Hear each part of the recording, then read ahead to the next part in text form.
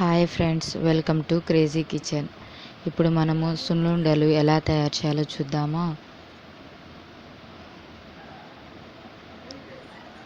ముందుగా మనము ఒక ప్యాన్ పెట్టుకొని దానిపైన మినపగుళ్ళు 1 కప్పు వేసుకొని దూరగా వేయించుకోవాలి.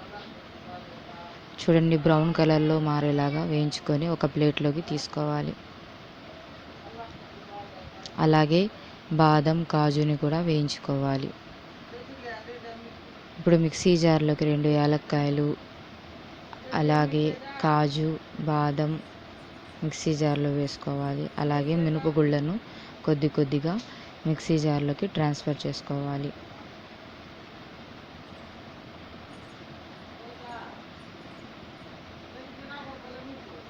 ఇప్పుడు 4 స్పూన్స్ ఆఫ్ షుగర్ వేసుకోవాలి.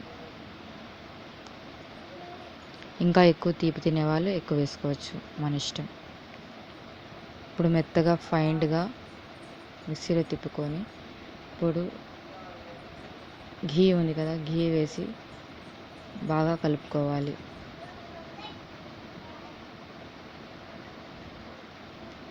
బాగా కలుపుకొని రౌండ్ బాల్స్ లాగా తయారు చేసుకోవాలి. వీడియోలో చూపించే విధంగా రౌండ్గా తయారు చేసుకోవాలి ఫ్రెండ్స్.